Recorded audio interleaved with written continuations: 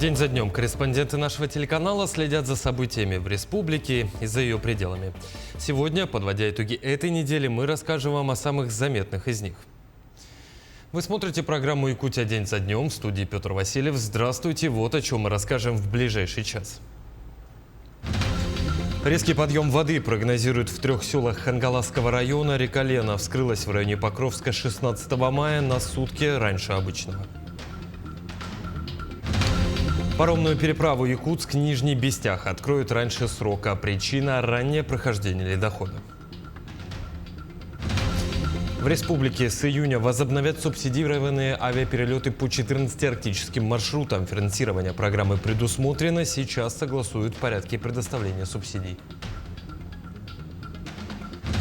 Стартовала приемная кампания по записи в детские лагеря. Родители могут подать свои заявления на портале госуслуг в разделе «Образование». Больше 400 лет педагогического стажа очередная семья из Якутии получила официальный статус трудовой династии.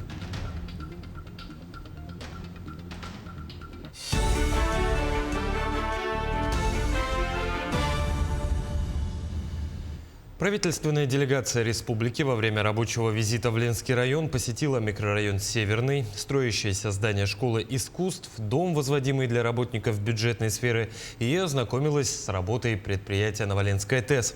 В завершении поездки вылетела в поселок Пеледуй. Подробности далее. В рамках рабочей командировки правительственная группа осмотрела объекты микрорайона Северный. После в районной администрации состоялось совещание по данному вопросу. Напомним, отопительный сезон в этом году в микрорайоне проходил очень сложно. Во время осмотра у правительства возникло множество замечаний и по внутридомовому хозяйству, и по инженерной инфраструктуре в части теплоснабжения, водоснабжения и водоотведения. На сегодняшний день уже определены часть источников финансирования в рамках ремонтной программы теплоэнергосервиса, где в приоритете будут определены проблемные участки, ну и дополнительно будет финансирование с районного и городского бюджета для того, чтобы привести в нормальное техническое состояние сети теплоснабжения, водоснабжения и водоотведения. Внутридомовыми системами теплоснабжения, водоснабжения и водоотведения займется уже управляющая компания. Также правительственная группа посетила строящееся здание школы искусств. Его строительство из-за недобросовестных подрядчиков не может закончиться уже несколько лет. Сегодня мы видим, что на объекте работа ведется, но нас не устраивают те темпы и то количество работников. Сегодня мы заказчику и подрядной организации порекомендовали, чтобы увеличение рабочего состава было, ну и, конечно, ускорение рабочего процесса. Далее первый заместитель председателя правительства Дмитрий Садовников с коллегами осмотрел 37-квартирный дом, который возводится сегодня для работников бюджетной сферы. Подрядной организации умерить пыл строительства, учитывая финансирование, скудность финансирования. Я хочу сказать, что вот тот позыв, то решение областной администрации строить себе жилье для специалистов, которые прибывают в район, это очень здорово. Не каждый район себе такое позволяет. После делегация посетила строительную площадку предприятия «Новоленская ТЭС». Рядом расположены здания водоподготовки, химического цеха, ремонтный корпус. Предварительная стоимость по постановлению правительства была 257 миллиардов рублей. Пока в этих параметрах мы сохраняемся, но ситуация меняется. Видим, что стройка идет полным ходом. И здесь мы видим и вопросы правительства республики, они отсутствуют. По мере возможности готовы поддержать. В завершении группа совместно с главой района вылетела в поселок Пеледуй. Там были осмотрены домовладения, попавшие в зону подтопления. И состоялась беседа с пострадавшими. Я и не прошу, чтобы тут что-то делали. Мне просто надо отсыпать ограду. Потому что дети маленькие, видели же, карьер полностью вымыло, к дому уже подходит. Вот это страшно. У меня и с этой стороны обвалилось по самый дом. Ну, пойдем посмотрим. Подтопленными оказались 20 домов, пострадали 47 пеледуйцев. Вода в домах стояла в районе 10 часов. Низменные участки остаются до сих пор подтопленными. Сегодня глава поселка занимается бригадами по откачке воды. Ну и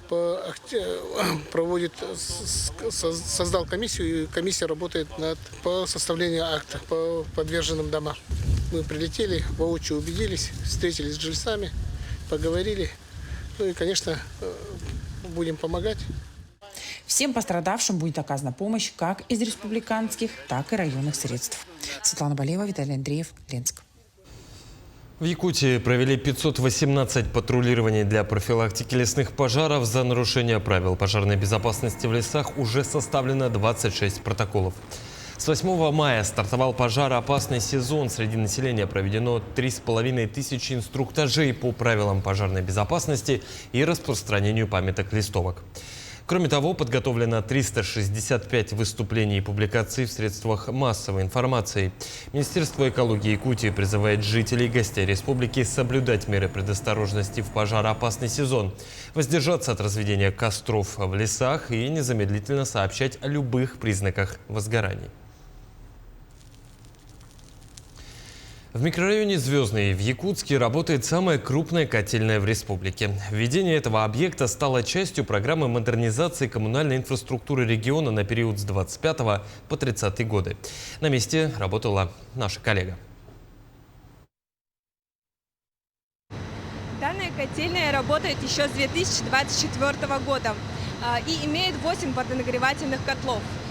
Их мощность составляет внушительные 112 мегаватт. На данный момент тепло от нового объекта получает 17 домов, спортивная школа и еще одна строящаяся школа. С развитием Звездного будут отапливаться новые многоквартирные дома и социальные объекты. Также планируется подключение столичного микрорайона Ильинка. В завершении всех работ котельная будет работать на полной мощности.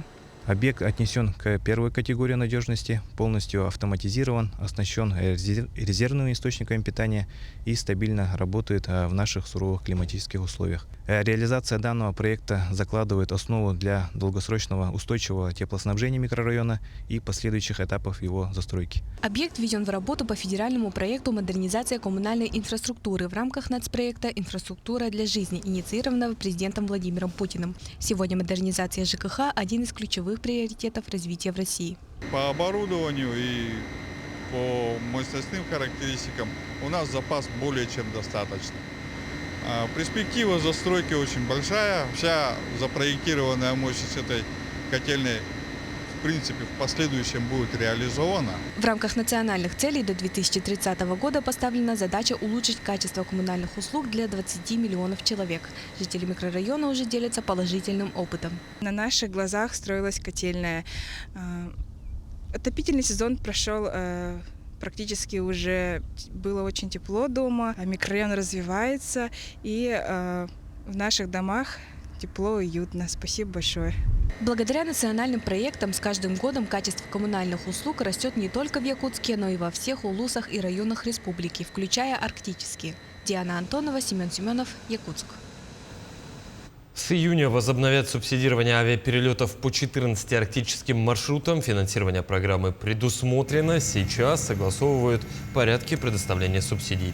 В Министерстве транспорта и дорожного хозяйства республики уточнили, сейчас порядки предоставления субсидий разработаны и проходят согласования в профильных ведомствах. О сроках, механизмах и условиях продажи авиабилетов сообщат дополнительно. Ведомство призывает граждан доверять только проверенной информации и следить за официальными новостями на своих информационных площадках.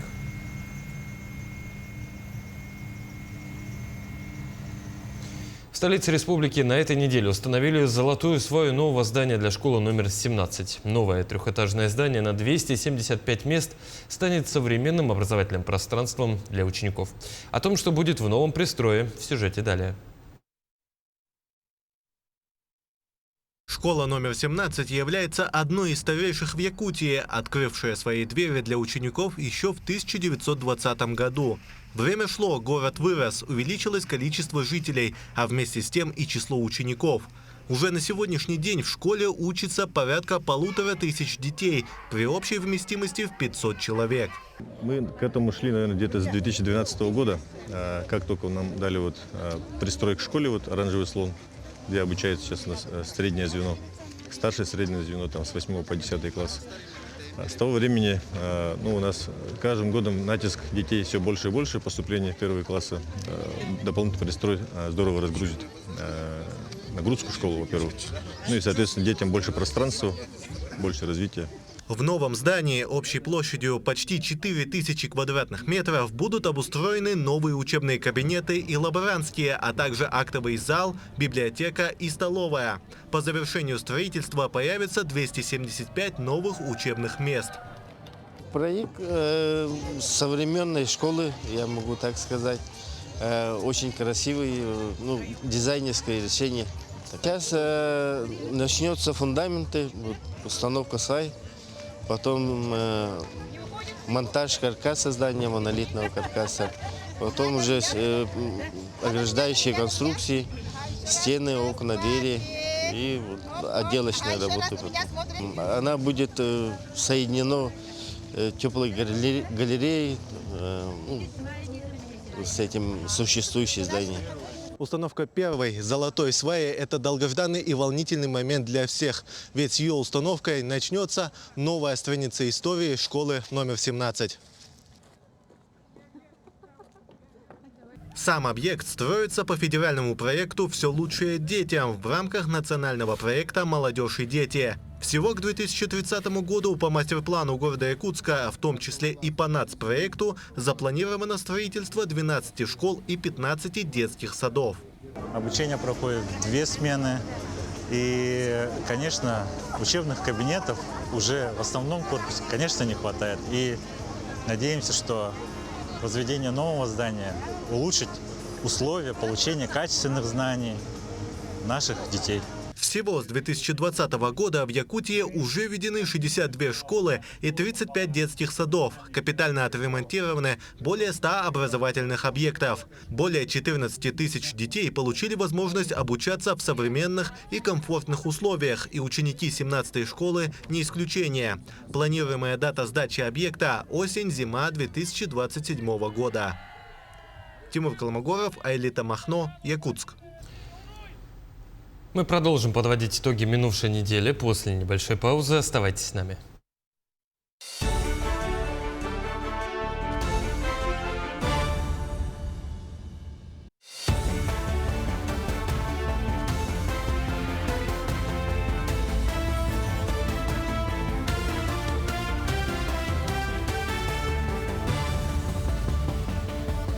Вы смотрите программу «Якутия. День за днем». Мы продолжаем.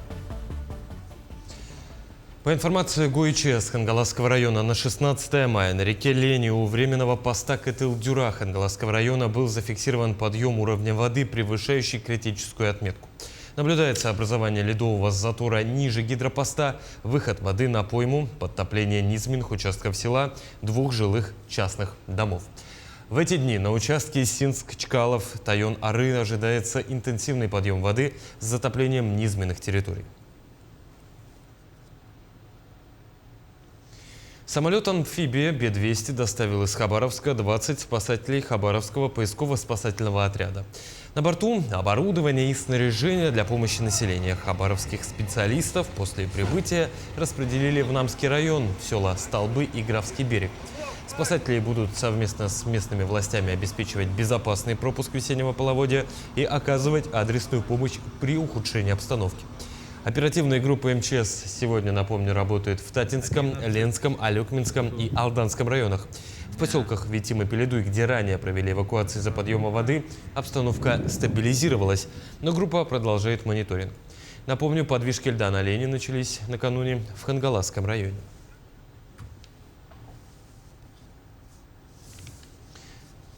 Официальное открытие навигации в районе Якутска распоряжением Росморречфлота определено на 25 мая, однако из-за раннего ледохода движение на главной переправе Якутск-Нижний Бестях планируют запустить уже в период с 22 по 25 мая. Как сообщает Минтранс Якутии, в настоящее время идут активные работы по благоустройству причальных сооружений, заездных путей и накопительных площадок. Специалисты завершают подготовку к сдаче технической готовности. Для повышения пропускной способности и сокращения времени ожидания увеличено количество полос на накопителях.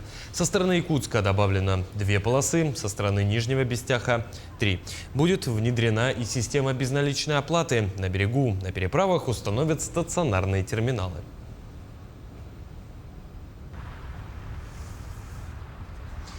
До лета остается 2 недели, а это значит, что та категория граждан, именуемая дачниками, становится самой счастливой, поскольку у таких людей на летний период гарантированно есть место отдыха, как минимум от городской суеты. Тем не менее, жители СНТ и Сотов по Вилюйскому тракту столкнулись с целым рядом трудностей. Действительно ли дачный отдых является таковым и какой ценой завоевано это самое счастье, если счета за электроэнергию исчисляются миллионами? В проблеме разбиралась наша съемочная группа. Улица Земляничная, Жемчужная, Хвойная, Лиственничная. Согласитесь, что когда слышишь такие названия, сразу вырисовывается пасторальная картинка. Правда, вот когда действительно оказываешься на территории дач по Вилюйскому тракту, вырисовывается совершенно другая история. Начать, пожалуй, следует с главного – с дорог, которые ведут сюда. Приехать на дачу можно как на личном транспорте, так и на общественном, который, правда, сюда не доезжает. Вместо дорог полоса препятствий из ям, ухабов и глубоких луж.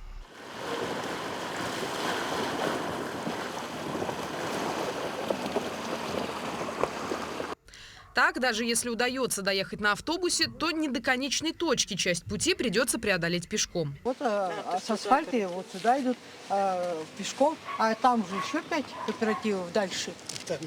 Там это еще километров им шагать. В общей сложности они по 6 километров идут, с водой нагружены, с провизией своей и рассаду несут. Казалось бы, принес проблему, так захвати ее решение. Как решить вопрос с дорогой до дач, владельцы участков знают. Наши требования, даже, может быть, наши не требования, а наши пожелания. Первое. Провести комиссионное обследование участков дороги с участием представителей ГИБДД, Департамента дорожной инфраструктуры и жителей СНТ. Если данные действия невозможны, то заменить автобусы, крупногабаритные автобусы, на ПАЗ. Но вот чем дальше от города, тем выше счета за электроэнергию. Потребление остается прежним, собственники вносят оплату исправно, только вот суммы в квитанциях растут в геометрической прогрессии, что тоже вызывает вопросы. Заключены лицевые счета, свои счетчики есть у каждого, домовладельца есть свои счетчики и открыты лицевые счета в Якутскэнерго. Но при этом деньги, которые платятся в Якутскэнерго, в ДЭК, они уходят почему-то именно Бадуеву. Они принимаются, так как поставщик-то у нас Якутскэнерго, и должны деньги поступать именно им, потому что мы же платим им.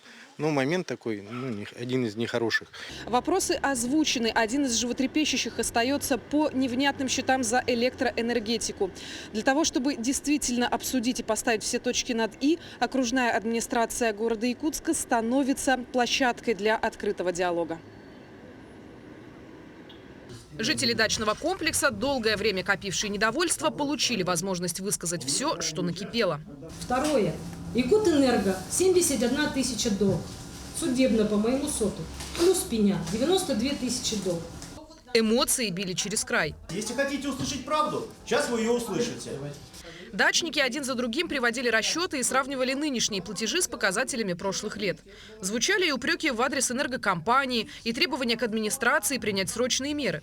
После полуторачасовых дебатов и прений предварительный итог встретится на площадке ДЭК для выяснения, как именно начисляется оплата, что должно входить в квитанцию и, самое главное, кто остается поставщиком услуг. Инициативная группа дачников, присутствовавшая на совещании, восприняла решение с осторожным оптимизмом. Где-то, наверное, в конце той недели я попрошу протокол о решении и назначении даты о встрече следующей с Якутэнерго. Хочется надеяться, что предпринятые меры не только снизят текущие платежи, но и предотвратят подобные ситуации в будущем. Пока же дачники с нетерпением ждут первых результатов и верят, что свет в их домах скоро станет не только ярче, но и доступнее. Надежда Саханская, Нюргун Старостин, Виктор Дичковский, Якутск.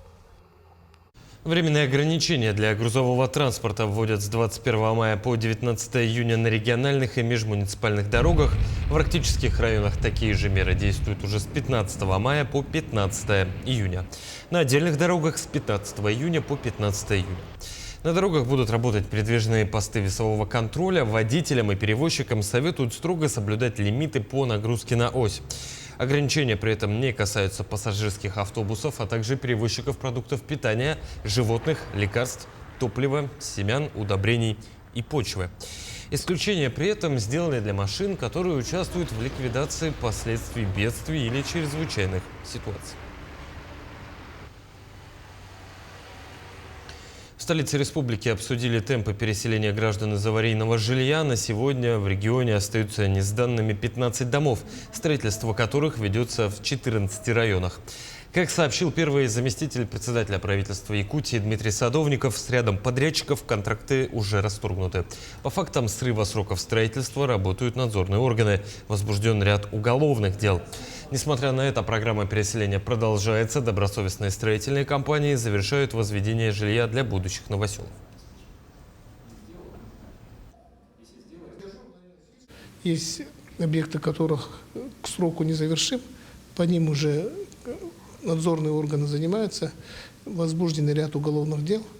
Ну и это, можно сказать, грозит всем тем людям, которые сегодня не завершили и идут в вялотекущем режиме. Поэтому здесь, как говорится, хотелось бы, конечно, чтобы они объекты завершили и более, как говорится, скажем, мера наказания у них было более-менее такой, скажем, меньше.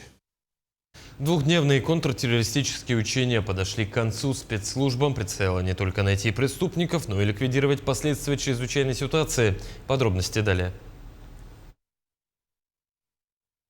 Межведомственные контртеррористические учения проходили на территории военного объекта в пригороде Якутска.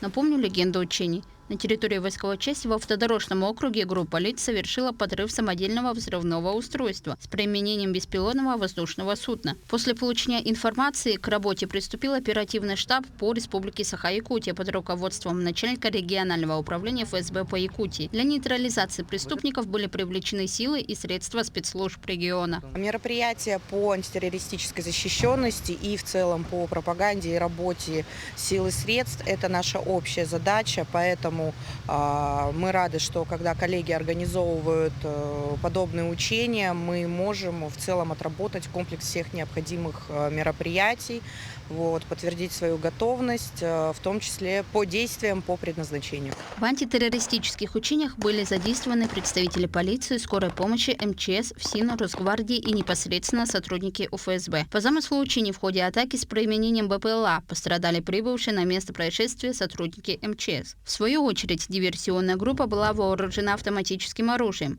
В результате слаженных действий всех структур и организации комплекса мероприятий по установлению и пресечению дальнейших преступных действий террористы были нейтрализованы. Конкретно для МЧС, опять-таки, я повторюсь, что это та возможность подтвердить свои навыки, действия в рамках межведомственного взаимодействия по антитеррористической защищенности объектов на территории нашей республики. Органы отрабатывали совместные действия. В целом оценка удовлетворительна. Плановые учения проводили оперативный штаб в Республике Саха-Якутия под руководством начальника управления ФСБ по Якутии. Именно на такого рода мероприятиях отрабатывается весь алгоритм действий по пресечению угрозы совершения террористического акта, комплекс мероприятий по приведению в боевую готовность привлекаемых сил и средств, а также по проведению аварийно-спасательных работ. Оперативным штабом Республики Саха-Якутия под руководством начальника регионального управления ФСБ России проведены плановые контртеррористические учения. Силовые структуры и специальные службы отработали весь комплекс мероприятий согласно легенде учений, поступающих водных. Цели учений достигнуты, все участники с поставленными задачами справились. Главной целью межведомственных учений стала не просто нейтрализация преступной группировки, но и проверка практической готовности оперативного штаба Якутии к действиям в условиях кризисной ситуации. Вероника Таюрская, Илья Сыромятников, Якутск. В столице республики полицейские пресекли деятельность подпольного магазина доставки алкоголя. 12 участников организованной группы подозреваются в незаконном обороте спиртосодержащей продукции. По данным оперативников, двое организаторов подпольного магазина, 37-летние супруги, без соответствующей лицензии организовали беспрерывную продажу напитков на территории столицы республики. В нелегальный бизнес злоумышленники вовлекли в качестве диспетчеров своих знакомых. Полицейские выяснили, фигуранты закупали горячительные напитки в алкодискаунтерах, расположенных на улицах Якова Потапова и Набережная, по минимальной цене и продавали по стоимости в 2 раза выше от розницы. При осмотре автомобилей и 2 торговых точек полицейские вместе со следователями обнаружили и изъяли около 2000 бутылок алкогольной продукции 40 наименований. Кроме того, изъяты мобильные телефоны, видеорегистраторы, банковские карты и другие предметы, имеющие доказательственное значение. Помещены на штрафстоянку 6 легковых транспортных средств, принадлежащих перевозчикам алкоголя. Следователям следственной части по расследованию организованной преступной деятельности СУ МВД по Республике Саха-Якутия возбуждено уголовное дело по признакам преступления, предусмотренной частью 2 статьи 171 прим. 3 Уголовного кодекса России. Мы продолжим подводить итоги минувшей недели после небольшой паузы. Оставайтесь с нами.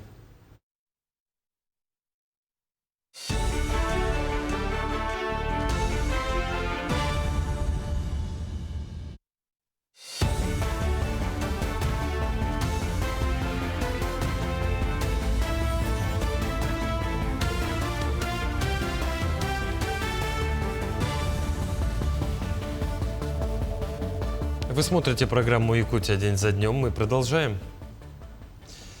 Согласно статистике, повышенным либо высоким давлением страдает порядка 45% взрослого населения. В Якутии объявлена неделя борьбы с гипертонией. Как взять давление под контроль, чтобы предупредить возникновение опасных состояний, узнали наши алданские коллеги. О повышенном и высоком артериальном давлении многие из нас знают не понаслышке. Согласно статистике, ним страдает почти половина взрослого населения России. Специалисты иногда называют артериальную гипертензию тихим убийцей. Она значительно повышает риск развития различных патологий, в том числе заболеваний сердечно-сосудистой системы, головного мозга и почек.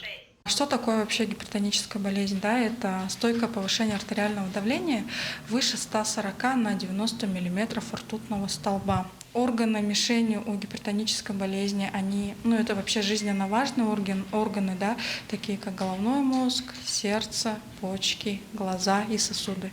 Повышенное и высокое давление обычно сопровождается головной болью, звоном в ушах, потливостью и ухудшением зрения. В более тяжелых случаях возможны носовые кровотечения, боли за грудиной, мышечный тремор и тошнота. В первую очередь артериальная гипертензия связана с риском гипертонического криза, для которого характерно ухудшение симптоматики.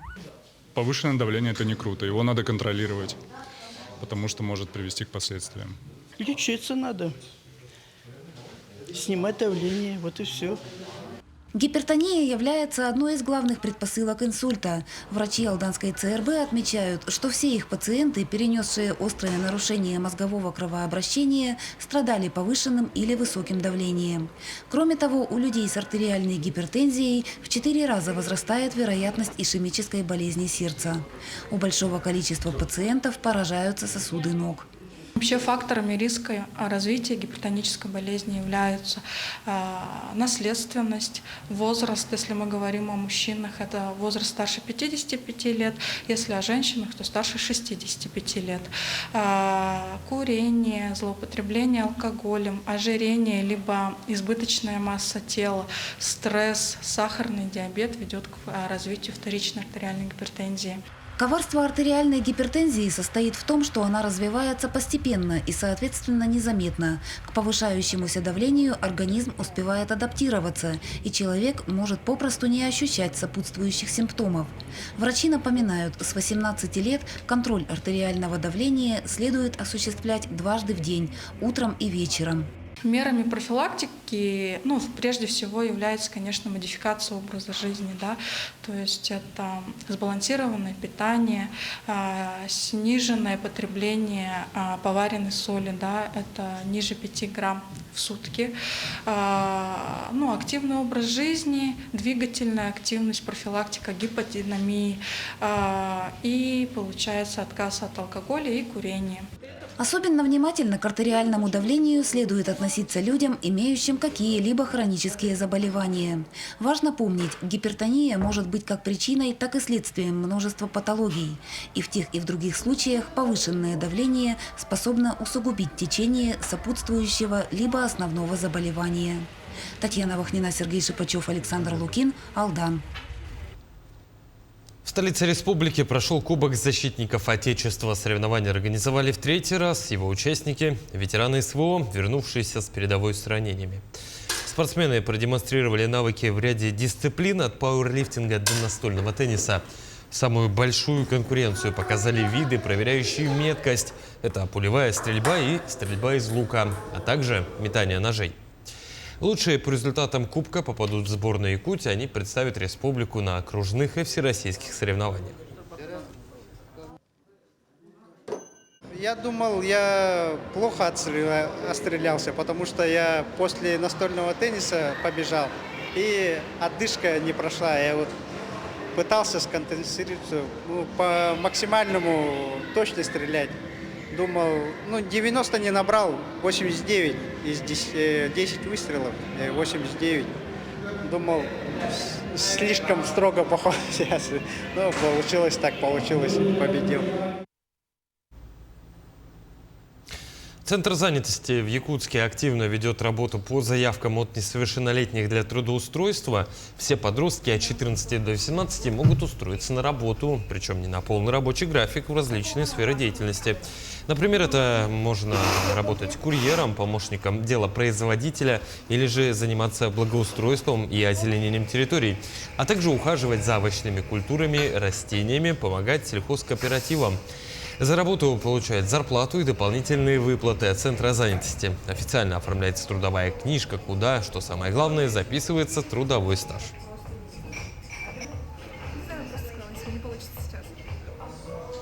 В Якутии стартовала приемная кампания по записи в детские лагеря. Родители могут подать свои заявления на портале госуслуг в разделе «Образование». Здесь же можно ознакомиться со всеми местами отдыха для детей, которые есть в регионе и в России. Параллельно с электронной подачей родители также могут подать и документы лично, где при себе нужно иметь заявление и свидетельство о рождении ребенка или паспорт. Родителям рассказывают о том, как заполнить правильно государственные услуги, потому что при неправильном заполнении их может отправить на другой сервис. Вот сервис у нас единый, мы по нему по всей России работаем. Это в этом году у нас пилотный проект. Да? По нему можно найти, набрать сервис по набору в лагеря, и таким образом этот сервис у тебя сразу выходит в государственных услугах. И вот здесь у нас идет тоже живое консультирование, на какой лагерь, на какую смену можно подать, что должно быть в документах приоритетно, какие льготы могут быть, тоже здесь объясняется. Всего у нас будет 10 смен, порядка 1000 детей мы должны охватить на наших сменах. Есть дети, которые идут по льготам, по квотам.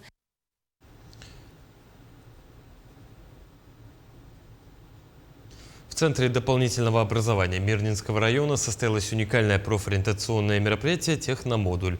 Проект, ориентированный на школьников среднего и старшего возраста, призван познакомить юных жителей района с миром профессий технической направленности.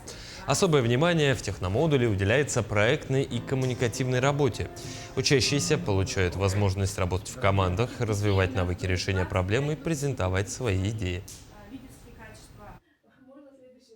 Мы здесь делаем проекты, которые мы представляем в других городах. И еще в этом городе мы хорошо представили их и получили места. В течение учебного года мы посещали различные экскурсии и посещали, допустим, тренинги, которые проводил Техномодуль. Мы участвовали с моей командой в моей профессии IT. И благодаря Техномодулю Алроса нас финансировали, и мы смогли выехать, получается, на этот конкурс и там победить и выиграть первое место. В Нерюнгри прошел день спортивных состязаний. В муниципальном этапе вызова первых приняли участие 33 команды. Это событие объединило учащихся из разных школ, став настоящим праздником спорта, дружбы и стремления к победе.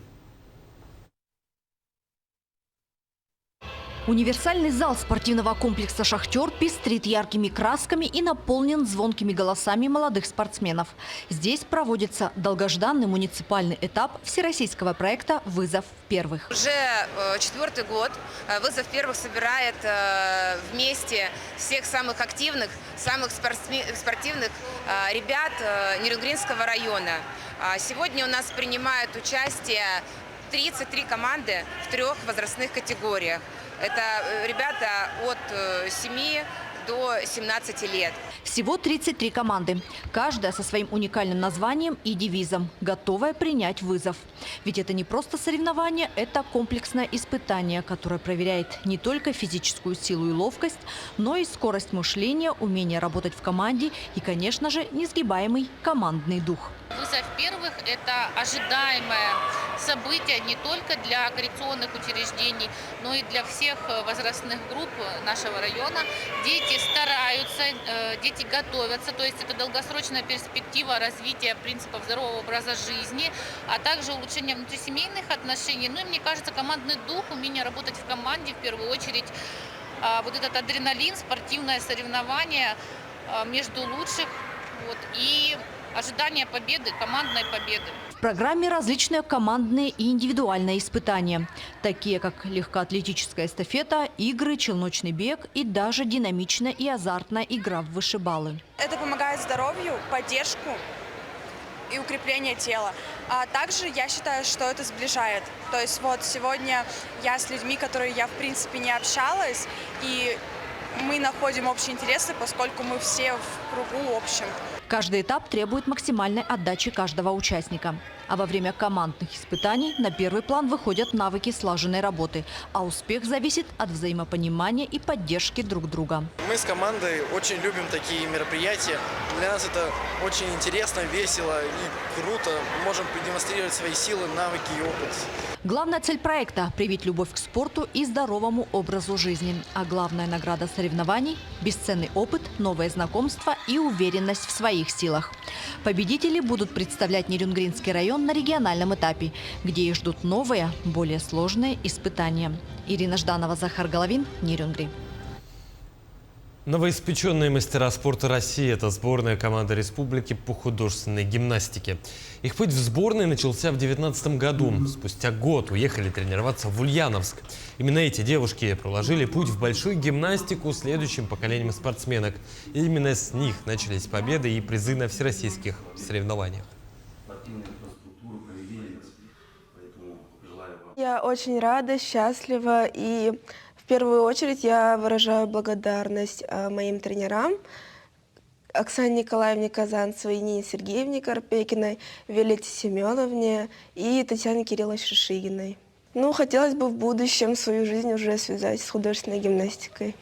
За этим удостоверением, за этим званием стоит, безусловно, огромный труд всей нашей команды, всего тренерского состава. Художественная гимнастика для меня – это вся жизнь, для меня это спорт и любовь к ней. Я начинала в городе Якутск. Мой первый тренер Никифорова Виолетта Семеновна. И я начинала с 5,5 лет. Нет слов, чтобы это описать. Проделала просто огромный труд, боль, и я, правда, очень счастлива. Мы продолжим подводить итоги минувшей недели после небольшой паузы. Оставайтесь с нами.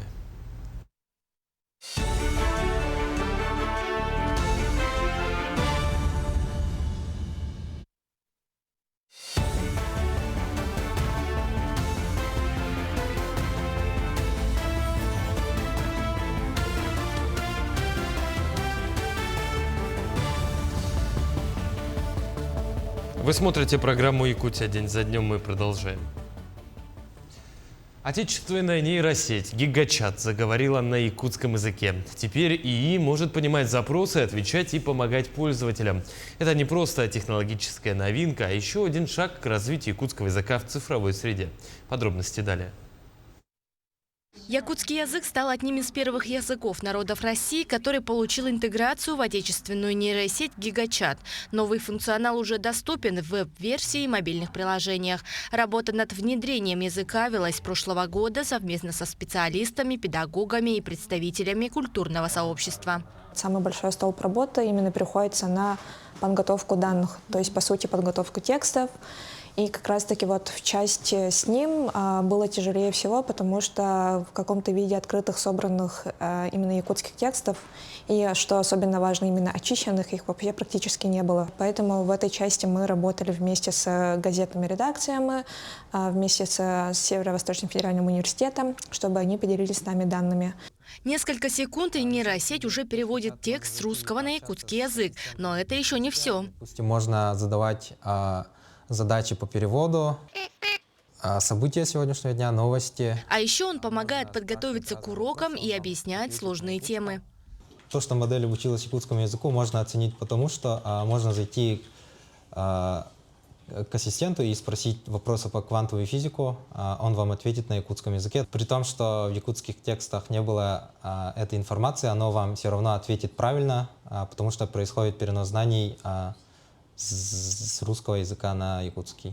Ожидается, что возможности нейросети на якутском языке будут расширяться и дальше. Среди множества ИИ, которые отвечают на якутском, этот занимает лидирующие позиции. На текущий момент новая версия гигачата, вот после того, как базовая модель обучилась с датасетами, которые мы подготовили, занимает уверенное второе место с небольшим отрывом. А дальше уже, в принципе, идет намного хуже. Также мы занимаемся и разработкой собственных моделей, да, обучением небольших моделей. Это сделано для того, чтобы местные разработчики могли воспользоваться и в свои продукты также просто внедрять якутский язык. Новые технологии меняют привычный мир и вместе с этим открывают возможности для сохранения языков и культур народов России. Теперь якутский язык звучит не только в книгах, школах и семьях, но и в цифровом пространстве будущего. Даяна Федорова, Джилстайн Накентьев, Якутск. Глава Якутии Айсан Николаев 15 мая поздравил жителей республики с Международным днем семьи.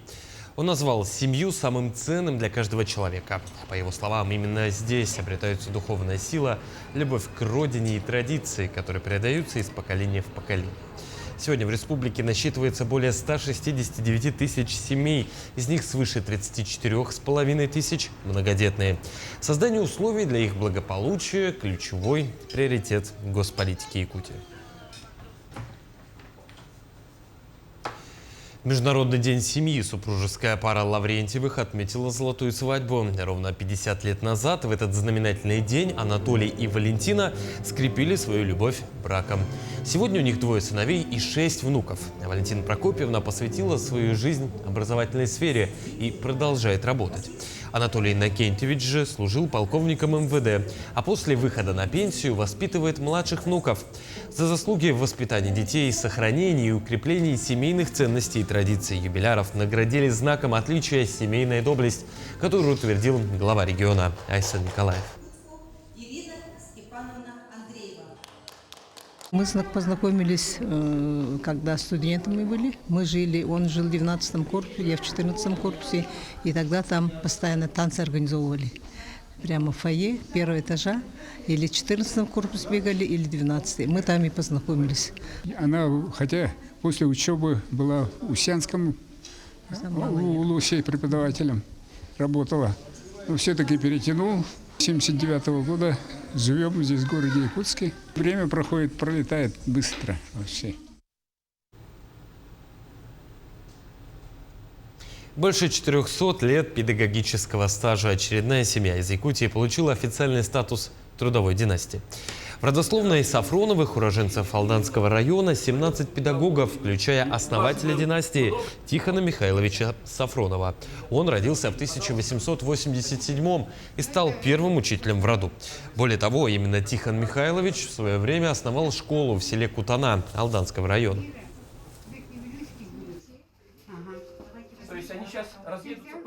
Сначала была Петкры, потом перевели в Белькачи, потом перевели в Кутану, и так осталась эта школа в Кутане, которую открыл наш дед в своем доме.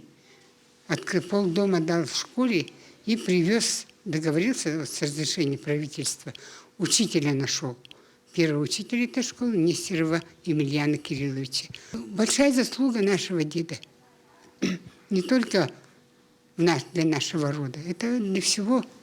Для республики, это тогда в маленьких селах школ не было же. Лето не за горами, городской пляж подступает к июню обновленным. Какие именно изменения ждут жителей Якутска, узнаем в следующем сюжете. Сегодня на городском пляже работают бульдозеры. Так мэрия начала подготовку к купальному сезону. Тяжелая техника выравнивает склоны, чтобы общая береговая линия стала еще шире. Всего по плану больше 500 метров. С раскидкой песка справиться быстро, всего за пару дней. Ведь и самим водителям не терпится насладиться результатом своего труда. Это пляж сейчас делаем, чтобы летом мы купались мы. Я в том числе тоже буду купаться здесь. Столичные власти задумались о расширении еще в прошлом году, после успешной реконструкции. На преображенной зоне отдыха яблоку негде было упасть. Так и возникла идея увеличить площадь. Сейчас специалисты на финишной прямой, а предваряли ее работы под водой. Бульдозерами обустраиваться сначала дно, пока уровень воды был максимально низкий, мы, получается, подготовили будущую купальную зону. Сейчас воду проводим наверху, там, где будет зона, где можно будет отдыхать, загорать и проводить время. Затем администрация приступит к благоустройству, например, выкорчевает тальники и, в общем, сделает новую территорию комфортной и безопасной для посетителей. Дополнительно будем устанавливать лежаки, дополнительный пост спасательный, ограждать буйками, расширяется купальная зона. И дополнительно нанимаем спасателей. Пока вода, конечно, не кипяток, все-таки впереди еще ледоход. А после него в город придет долгожданное тепло. В мэрии официальное открытие пляжа наметили на первую декаду июня. Ржана Гармаева, Джулстан Иннокентьев, Якутск. Военная культура народов Якутии и Сибири. Наследие через призму времени. В столице республики состоялась научно-практическая конференция, приуроченная к 75-летию ученого Федора Васильева. Он посвятил свою жизнь исследованиям в области этнографии и палеоэтнографии, рассматривая военные артефакты как часть традиционной мировоззренческой системы. На конференции открылись 3 выставки, были представлены несколько реконструкций военных костюмов, печатная машинка и другие личные предметы ученого. Участники обсудили вопросы сохранения исторической памяти и актуализации научного наследия. Мероприятие объединило порядка сотни ученых и специалистов не только из Якутии, но и других регионов России, а также Казахстана, Кыргызстана и Бельгии. Очень надеемся, что неопубликованные его труды мы издадим. И нам очень приятно, что в нашей работе участвуют не только ученые. Музеологи пришли сегодня, кузнецы пришли сегодня, потому что есть тема такая, как реконструкция военного костюма. Поэтому я думаю, что такой диалог очень, когда участвуют не только ученые, но и люди, которые работают в каких-то индустриях, это только придет к тому, что появятся очень интересные проекты. От работы якутских агрономов зависит, что появится на наших столах осенью и зимой. Сейчас работы начинаются во многих пригородных крестьянских хозяйствах города. В поле поехала и наша съемочная группа. Несмотря на непростые погодные условия Якутии, здесь умеют получать стабильный урожай. И в этом году полевые идут полным ходом. Первые огородные работы в этом крестьянском хозяйстве начались еще более 20 лет назад. За это время многому научились. Более, наверное, 15 лет как занимаемся цветами. У нас постоянные клиенты для озеленения города. У нас все налажено. А вот по поводу овощей, какая-то экзотика может планируется? Еще же у вас бывают там арбузы, дыни. Или это не такая уж экзотика? Это уже, наверное, не экзотика. Якутский арбуз это уже как бренд стал. Да, конечно, это уже неотъемлемая часть якутские арбузы нашего хозяйства, как и кукуруза, дыни, клубника, да, уже 6 лет подряд мы выращиваем. К вопросу о том, как содержать такое большое помещение в тепле, ответ приходит незамедлительно. Уголь – ценный ресурс для нашего региона. Вот такие печки находятся в теплицах, работают они по принципу тепловой пушки. Агрегат эффективный, но уж очень прожорливый. За сезон, чтобы отопить примерно 2 таких теплицы, уходит по 50 тонн угля. На территории в 70 гектаров раскинулись поля и теплицы. Старт сезона начинается еще в марте. Выращивают рассаду как овощей, так и цветов. После того, как установится теплая погода, растения переезжают в открытый грунт. Применяются здесь как традиционные, так и современные технологии. Помимо мульчирования почвы для того, чтобы сохранить в ней влагу и тепло, в ход идут еще и органические удобрения, в том числе компост. Но, по-моему, перекрывает все это капельная система полива, которая располагается там, на полях, где растет картофель, капуста и прочие овощные культуры. Мы эту систему полива первый раз привезли в начале 2000-х годов. С тех пор мы вот всегда эксплуатируем только этот полив и всем рекомендуем и рекламируем, что это очень, скажем так, эффективный метод, да, полива. Вот. Традиционный метод, значит, очень много воды уходит куда-то на сторону, а капельный полив позволяет именно адресно доставлять корням растения необходимую влагу. Безусловно, работать в суровых северных условиях непросто, но интересно. У такой работы есть результат и самое живое доказательство того, что и на севере можно выращивать отличные овощи и красивые цветы. Более 20 лет опыта, любовь к земле, упорный труд – вот рецепт успеха в непростых северных условиях. И судя по тому, как энергично идут работы в этом году, горожан ждет еще один богатый урожай. Надежда Саханская, Виктор Дичковский, Якутск. Такой была минувшая неделя глазами наших корреспондентов. Ну а я с вами прощаюсь. До встречи.